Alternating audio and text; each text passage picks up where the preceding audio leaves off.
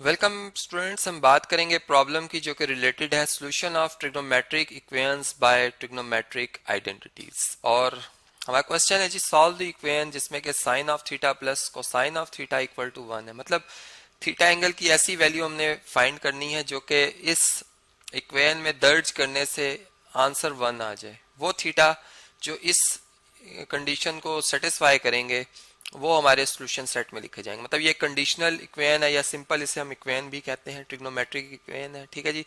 तो इस पे जो मैं टेक्निक यूज करूंगा वो है बाय मतलब जो ट्रिग्नोमेट्रिक आइडेंटिटीज है उनको यूज करके। आइडेंटिटीज कहते हैं जी ऐसी इक्वेशन जो कि वेरिएबल की जो कि उसके अंदर इंट्रोड्यूस हुआ होता है या डिफाइन हुआ होता है उसकी तमाम वैल्यूज के लिए वो ट्रू होती हैं। ठीक है, अब ट्रिग्नोमेट्रिक आइडेंटिटीज हम उनकी बात कर रहे हैं। तो मैं सबसे पहले स्क्वेयरिंग करूंगा यहाँ पे। ठीक है जी, मैं यहां पर लिखूंगा स्क्वेयरिंग ऑन बोथ साइड्स। ठीक है जी।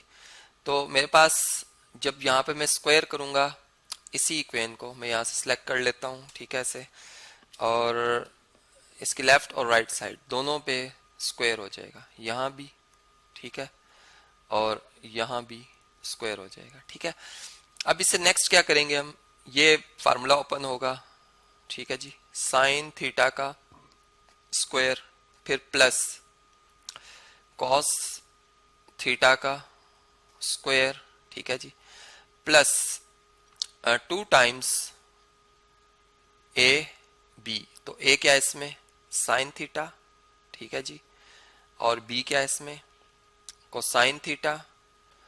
और 1 स्क्वायर 1 के इक्वल है। ठीक है, अब देखें यहां से आप जानते हैं कि sine square theta plus cos square theta ये ट्रिग्नोमेट्रिक आइडेंटिटी है 1 के इक्वल है।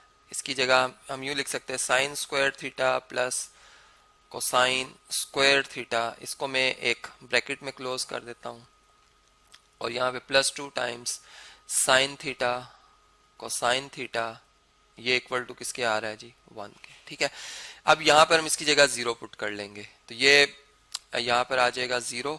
ठीक है, सॉरी 1, ये 1 के इक्वल होता है, 1 के इक्वल होता है।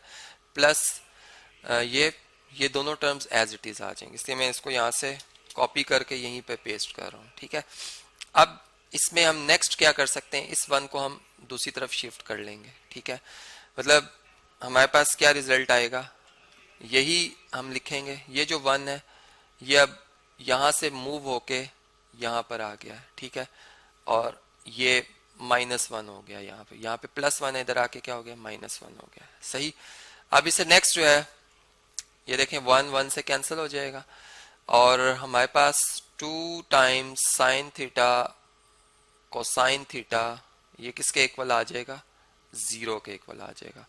अब अगर हम 2 से दोनों तरफ डिवाइड कर दें तो ये 2 से कैंसिल।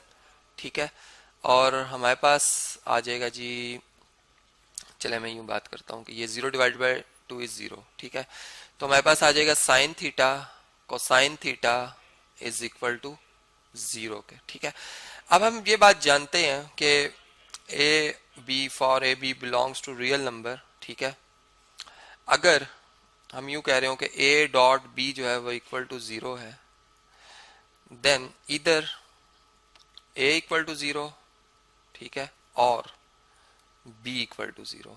तो यहां भी यही बात आएगी कि this implies sine theta equal to 0 और cosine theta is equal to 0। ठीक है, हमारे पास 2 इक्वेशंस आ जाएंगी। ठीक है, सिंपल ट्रिग्नोमेट्रिक इक्वेशंस। अब इसमें हम जानते हैं कि जो हमारे पास रिजल्ट है साइन 0 डिग्री 0 होता है। ठीक है, साइन 0 रेडियन 0 होता है, एंड साइन पाई जो है 180 डिग्री ये भी क्या होता है, 0 होता है।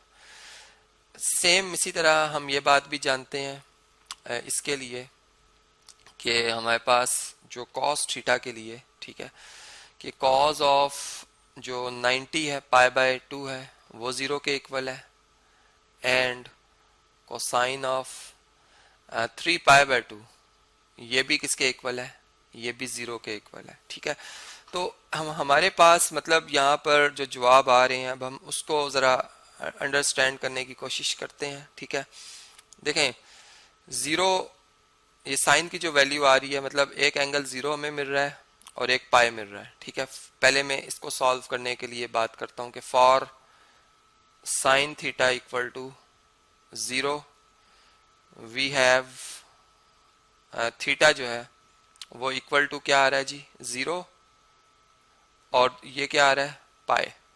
तो इसमें मतलब एक पाई एंगल हो सकता है और एक हमारे पास क्या हो सकता है, जीरो हो सकता है। ठीक है जी, तो हम यूँ बात कर लेंगे कि जो ये हमें वैल्यूज देगा। ठीक है, चले मैं इसको थोड़ा सा एक्सप्लेन कर देता हूँ आपको जी। इसको हम इस तरह से कर लेते हैं कि इसको मैं लिखता हूँ कि जो थीटा है हमारा, ठीक है, इसको मैं के पाई लिख रहा हूँ।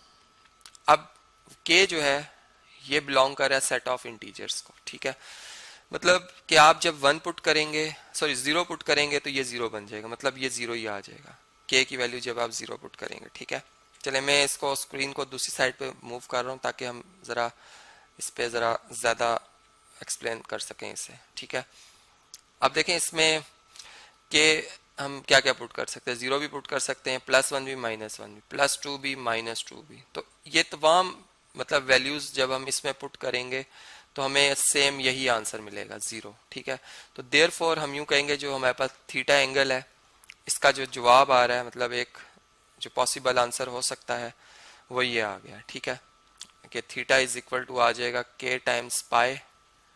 ठीक है, और हम यूं लिखेंगे वेयर के जो है वो बिलोंग्स टू इंटीजर्स है। इसको मैं एक ब्लॉक में इनक्लोज्ड कर देता हूँ। सही, अब इससे नेक्स्ट जो है हमारे पास जो रिजल्ट्स आ सकते हैं, अब हम उस पर बात करते हैं। ठीक है, अब हम बात करते हैं for cosine theta is equal to zero की। ठीक है जी, मतलब theta is equal to cosine inverse of zero.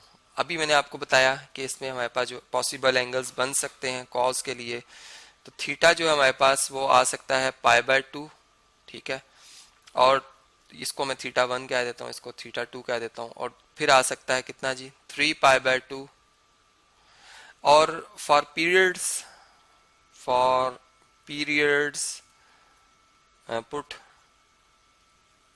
या एड टू पाई, चूंकि हम जानते हैं कि कॉस फंक्शन का जो पीरियड है वो क्या है, टू पाई होता है। ठीक है जी, तो वो यहाँ पर ऐड हो जाएगा टू पाई, और यहाँ भी प्लस हो जाएगा टू पाई।